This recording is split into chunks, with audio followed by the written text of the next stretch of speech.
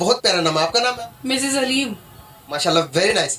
Basically sir, मेरा आज का आपसे बात करने का पर्पस है कि अगर मैं बात करूं टेक्नोलॉजी के लिहाज से, अगर मैं बात करूं आईटी के लिहाज से, अगर मैं बात करूं ड्रोन टेक्नोलॉजी को लेकर, तो इंडिया को हब माना जा रहा है। 1 लाख इंडस्ट्रीज लगने जा रही है इंडिया के अंदर 2023 के अंदर।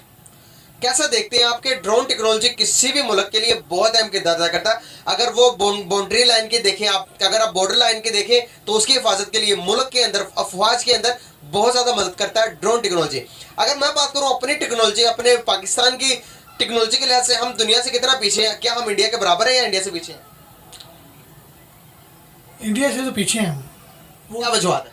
वो इस वजह से कि मल्टीनेशनल ऑर्गेनाइजेशन तकरीबन 400 से ज़्यादा है जो है ना वो काम कर रही हैं इंडिया के अंदर, और हमारे पास जो इंटरनेशनल फॉरेन जो कंपनीज काम कर रही हैं वो तकरीबन 50 से भी कम हैं। कंपनियां वहाँ पर काम कर रही हैं, बहुत ज़्यादा अरसे से काम कर रही हैं। ये वजूहत है सर। जो उनसे वहाँ के नरेंद्र मोदी है, हमारे लिए वो ठीक नहीं है, लेकिन अगर मैं बात करूं उनके मुल्क के लिए, तो नरेंद्र मोदी अपने मुल्क के लिए कैसा काम कर रहे हैं? सर, हर जो प्राइम मिनिस्टर होता है वो अपनी कंट्री के लिए बेहतरी करता है, जो भी करता है। आप कैसा समझते हैं, अच्छा समझते हैं या नहीं? सर, वो अपनी कंट्री के लिए बेहतर साबित हो रहा है, जो वो कर रहा है वो अपनी कंट्रीज़ के लिए बेहतर है। अब तक वो जो प्राइम मिनिस्टर है वो सही काम कर रहा है तो अभी तक है। अगर वो सही काम नहीं कर रहा हो तो इस टाइम तक उतर गया होता। आप क्या समझते हैं, नरेंद्र मोदी सही काम कर रहे हैं जो इंडिया के प्राइम मिनिस्टर हैं या नहीं? मैं इंडिया के लिए तो नहीं कुछ बोलूँगी, लेकिन ये कि हर मुल्क के लिए हर प्राइम मिनिस्टर अच्छा काम करता है, उनके लिए तो अच्छा करे। जैसे हमारे लिए हमारे प्राइम मिनिस्टर भी अच्छा काम करते हैं। हमारे लाहौर को कितना अच्छा उन्होंने किया हुआ है, देखें आप, कितना अच्छा सजाया हुआ है, कितना फेस्टिवल मना रहे हैं हम। हमारे यहाँ की ब्रिज, हमारी रोड्स, सब कुछ यहाँ पे, ऑरेंज ट्रेन, सब कुछ आप देख रहे हैं। लाहौर तो फिर आपको पता कितना अच्छा है। आप इनके बात से एग्री करते हैं? मैं इनके बात से एग्री करता हूँ। बात ये कि हमारे जो कंट्री में जो है ना वो हम लोगों की आपस में ही जो है ना वो अंडरस्टैंडिंग नहीं है, जिसकी वजह से हम बहुत ज़्यादा मार खा रहे हैं। फखर सर करते क्या हैं? मैं ट्रैफिक वार्डन हूँ। जबरदस्त सर। सर बेसिकली मेरा आज का आपसे बात करने का पर्पस ये है, अगर मैं टेक्नोलॉजी के लिहाज से बात करूं तो आपको क्या लगता है कि कौन सा कंट्री आ गया, पाकिस्तान या फिर इंडिया? India Y? हमसे आगे, हम थोड़ा पीछे हमसे।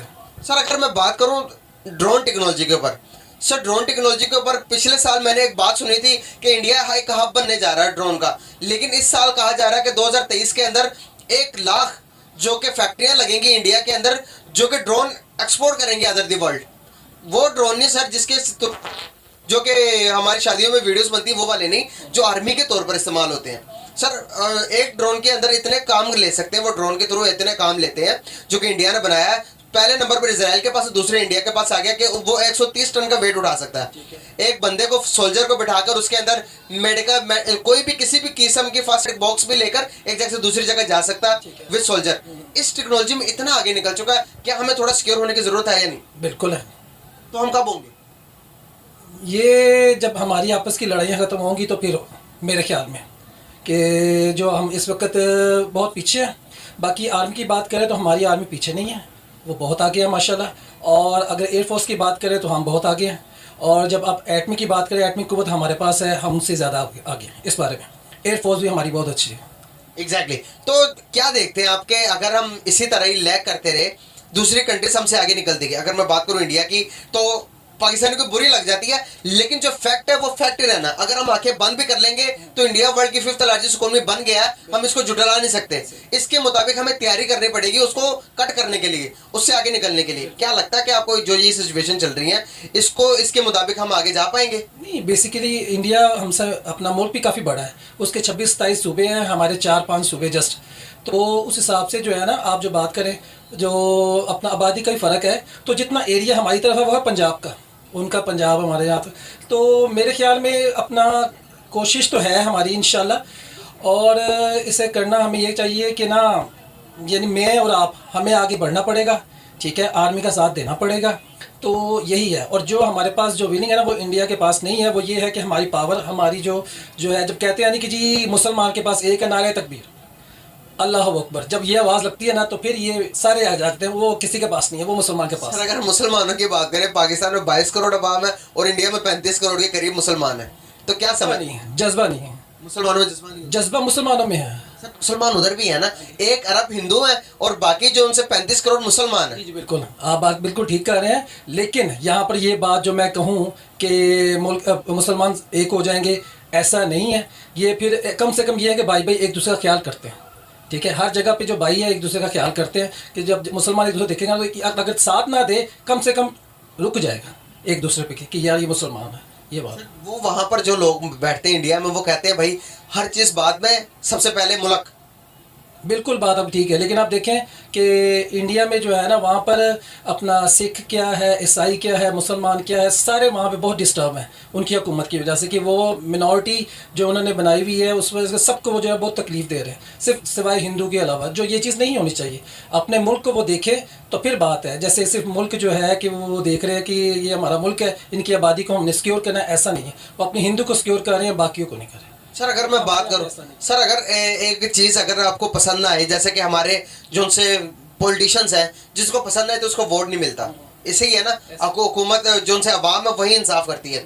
लेकिन अगर एक फैक्ट के मुताबिक, एक सोशल मीडिया के एक्सपेरिमेंट के मुताबिक, एक लोगों की राय लेते हैं, उसके मुताबिक जो देखा जा रहा है, जो इंडिया का जो मौजूदा प्रेसिडेंट है, प्राइम मिनिस्टर है नरेंद्र मोदी, उसको दोबारा से इलेक्ट किया जा रहा है। अगले इलेक्शन में 2023 के जो इलेक्शन होंगे उसमें दोबारा से आने के इनकामात है।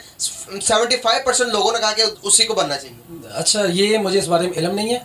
जबकि यहाँ पर जो है ना मेरे ख्याल में इस वक्त आना जो चाहिए ना वो इमरान खान है, वो ग्रेट लीडर है, तो वो लेके जाएगा पाकिस्तान को इंशाल्लाह आगे।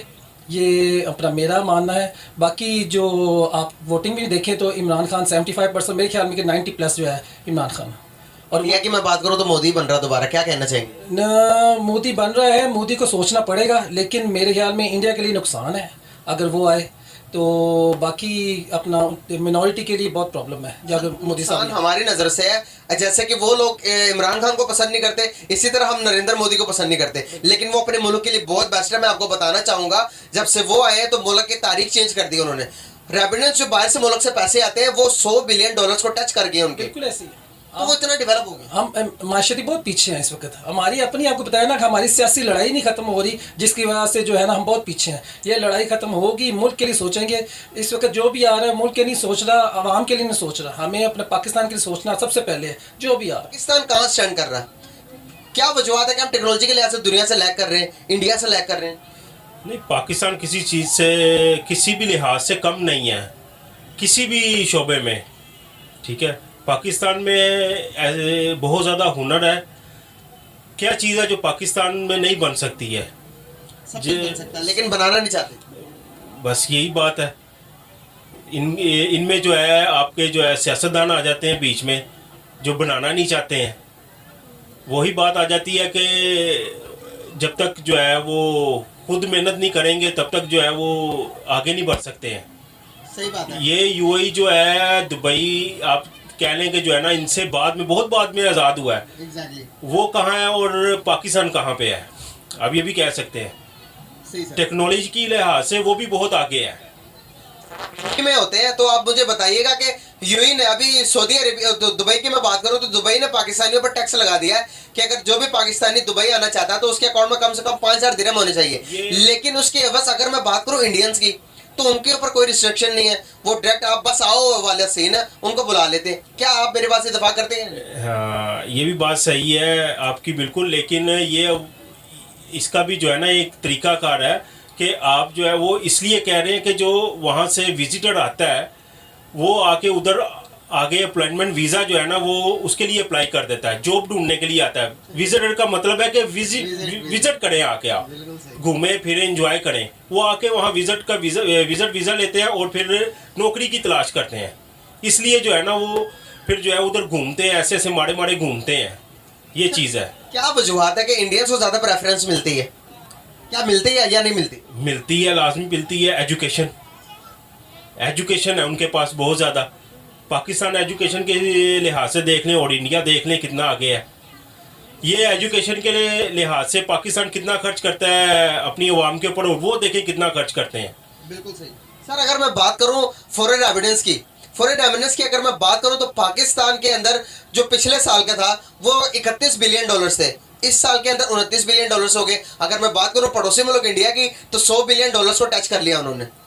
बाहर वो सर्च की गई कि ये रेमिटेंस आए किस तरह से है, क्या फैक्टर से आए हैं, तो पता चलता है कि यूएई से भी आए, अमेरिका से भी आए हैं, और ज़्यादातर जो लोग पढ़े लिखे लोग ज़्यादा, और तबके मैनेजर फील्ड के, और ज़्यादा जो बड़े बड़े लोग हैं इस फील्ड के हैं। अब पाकिस्तान के इतने रेमिटेंस ज़्यादा होने के बजाय कम क्यों होता गया डे बाय डे? ईमानदार सियासतदान नहीं है। ईमानदार सियासतदान होंगे तो मुल्क जो है खुद ब खुद ऊपर जाएगा, और ये अवाम जो है ये डंडे की जो है ना उसके ऊपर चलती है। सख्ती होनी चाहिए, कानून सख्त नहीं है। कानून सख्त होगा सब सीधे हो जाएंगे।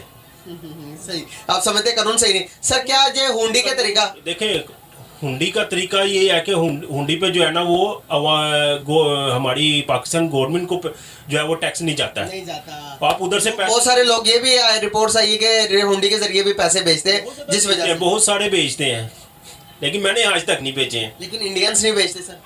हाँ, तो उनको बेनिफिट मिलता है, उनको हर चीज़ का benefit, हर आवाम को। मेरे साथ इंडियंस काम करते हैं, मेरे कुलीग है, लेकिन हर जो है ना वो बताते हैं कि हर चीज़ जो है ना उनको बेनिफिट मिलता है। अगर वो टैक्स देते हैं उनका बेनिफिट मिलता है। हमें क्या मिलता है? आपके सामने ही है। मैं आया हूँ, कितनी देर बाद आया हूँ इधर, हर चीज़ डबल हो गई है। जो चीज़ 200 की थी वो 400 की हो गई है, 600 की हो गई है। एक निज़ाम नहीं। टाइम बाद आए आप? मैं 4 साल बाद आया हूँ। ओके, विद फैमिली बाहर सेटल है? नहीं, फैमिली भी आती है मेरी, कभी आ जाती है, फिर मैं भेज देता हूँ, लेकिन इधर का उधर का ज़मीन आसमान का फ़र्क है।